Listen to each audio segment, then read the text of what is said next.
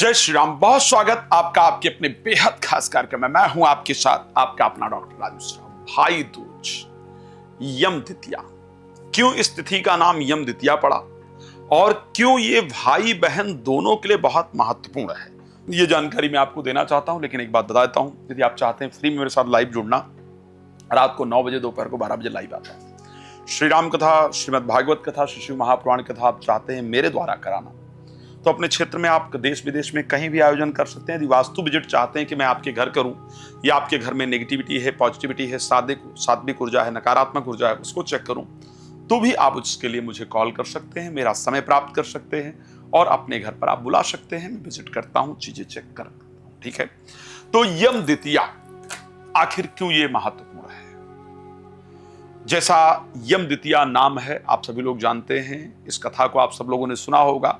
निर्णय सिंधु, धर्म सिंधु इत्यादि के अंदर भी इसका बहुत स्पष्ट वर्णन है कि यमराज, जो कि अपने कार्य में सदैव व्यस्त रहते थे, उनकी बहन यमुना, जो कि भगवान कृष्ण की पत्नी भी है, बार बार यमराज को अपने घर पर आमंत्रित करती हैं, बुलाती हैं, लेकिन यम की व्यस्तता के कारण वो नहीं आ पाते हैं। कार्तिक शुक्ल द्वितीया तिथि के दिन अचानक यम अपनी बहन के घर पहुंचते हैं और बहन श्रद्धापूर्वक उनको भोजन इत्यादि कराती हैं।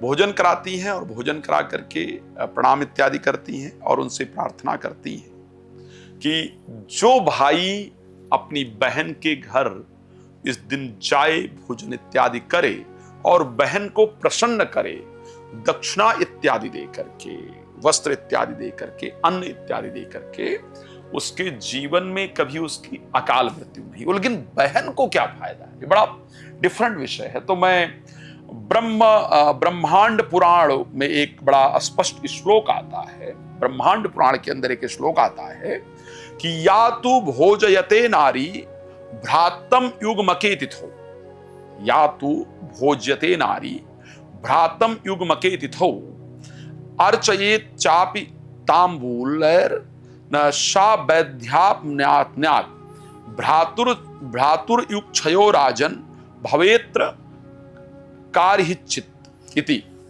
ब्रह्मांड पुराण के अंतर्गत कहा गया कि जो स्त्री कार्तिक शुक्ल द्वितीया तिथि को भाई को भोजन कराती है और तांबूल से पूजा करती है, यानी भोजन ही नहीं कराना चाहिए। एक तो ध्यान रखिए, रक्षाबंधन का त्योहार है जिसमें भाई को बहन के घर जाना, जिसमें बहन को भाई के घर आना चाहिए।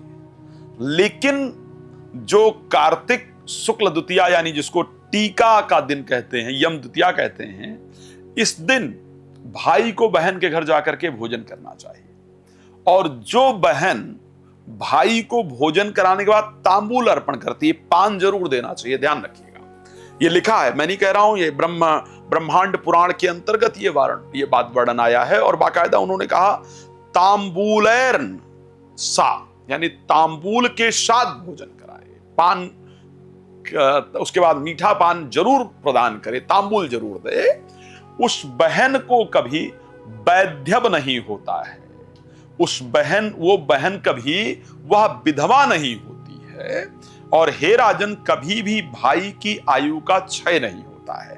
तो जनरली लोगों को यह लगता है कि बहन टीका करे तो भाई की आयु में ही वृद्धि होती है। ऐसा नहीं है।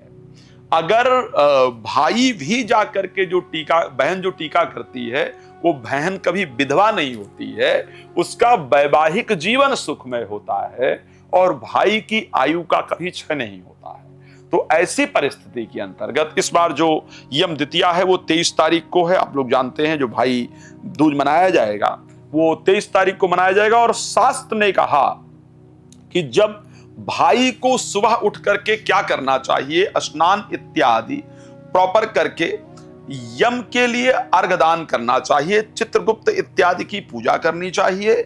भाई था बहन को अर्घ करना चाहिए, भाई और बहन दोनों जाकर के यम के लिए अर्घ प्रदान करें। और अर्घ प्रदान करते वक्त ये प्रार्थना करें कि हे मार्तंडज, मार्तंडज मतलब सूर्य के पुत्र, यम भी सूर्य के पुत्र हैं। हे पासहस्त, हाथ में पास धारण करने वाले हे यम, हे अनंतक, हे लोकधर, हे अमरेश, भ्रातृ द्वितीया में की हुई देव पूजा और अर्घ को ग्रहण करो। हे भगवान, आपको मेरा नमस्कार है। हे भ्राता, मैं यम को भ्राता मान करके उस दिन मैं आपकी छोटी बहन हूं। आप इस सुंदर रमणीय जीवन को प्राप्त करके मुझ पर अपना आशीर्वाद प्रदान करें। इस प्रकार बहन और भाई दोनों यम की प्रार्थना करें। प्रार्थना करने के बाद भाई बहन के घर में भोजन करे और उसके बाद बहन को दक्षिणा, वस्त्र और कुछ अन्न इत्यादि भी जरूर अर्पण करे। और बहन जो है वो भाई के लिए प्रार्थना करे, भाई को भोजन कराए, तो इससे भाई की आयु में वृद्धि होती है और बहन के सुहाग यानी पति की आयु में वृद्धि होती है।